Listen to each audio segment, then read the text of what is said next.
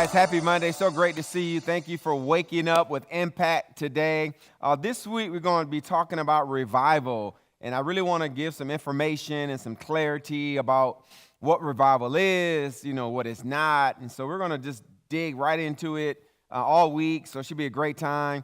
And I'm really encouraging everybody to get the prayer guide. You can download it. I believe it's on the Church of the Highlands app, a version of it.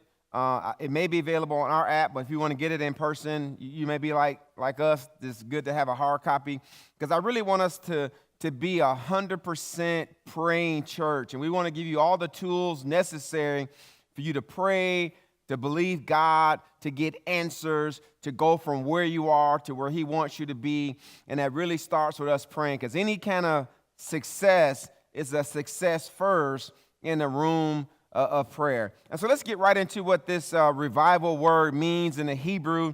It means to bring back to life. It means to restore to consciousness. It also means to restore to a previous condition. Now understand me, hear me well.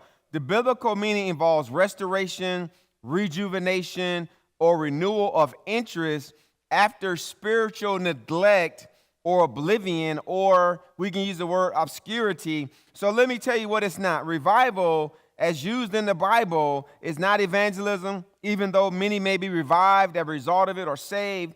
It is not emotionalism, although there may be some really big emotional manifestations connected to it.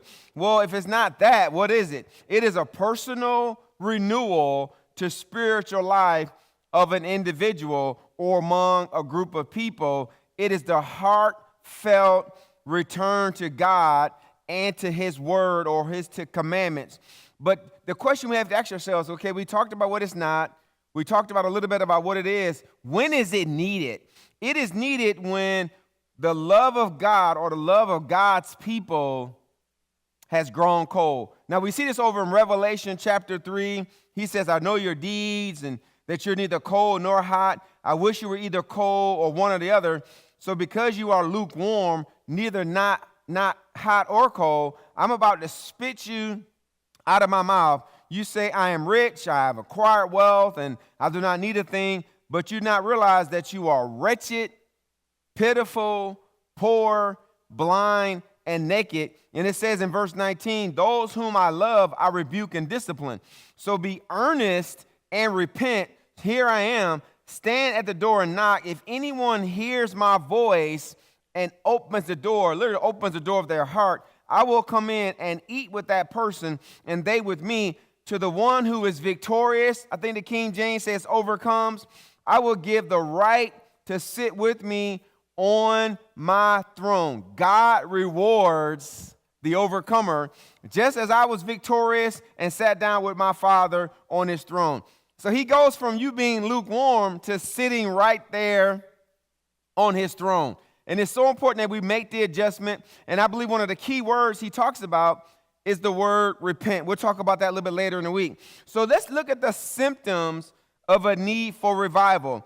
Just as a sick person manifests physical symptoms, so the need of a personal renewal has spiritual symptoms. Let me give you them real quick. One is complacency or self-satisfaction or satisfaction with the status quo. Another one is lack of concern for the lost. What's another one? Having an unforgiving spirit. Number 4, hiding or covering secret sins. Number 5, dislike or hatred toward other Christians. And then number 6 is being filled with pride. If a person is exhilarating or showing any one of those symptoms, it's time for that person to get revived. So all these symptoms are strong indications that we need to draw closer to God and His word. Now, I love this verse. It says over in Psalm 85, stanza 6, it says, will you revive us again, that your people may rejoice in you?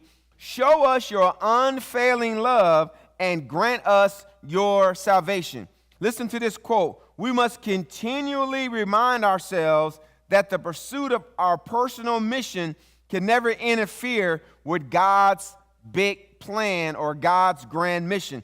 If we truly want revival or to see revival, God's agenda must become more important while we want to accomplish, and how we think it should happen becomes less important, because every great revival that the earth has ever seen started with a group of people on one accord who didn't care about being seen, being known, getting the credit. They just wanted God. And so to wrap it up today, listen to this statement. Every great revival that the earth has ever seen eventually when human agendas, every great revival waned when human agendas got in the way. Let's seek God this week. Let's go hard after God this year, and let's let revival be in our hearts and our lives going forward. We love you guys. We'll see you tomorrow on the Faith for Today podcast.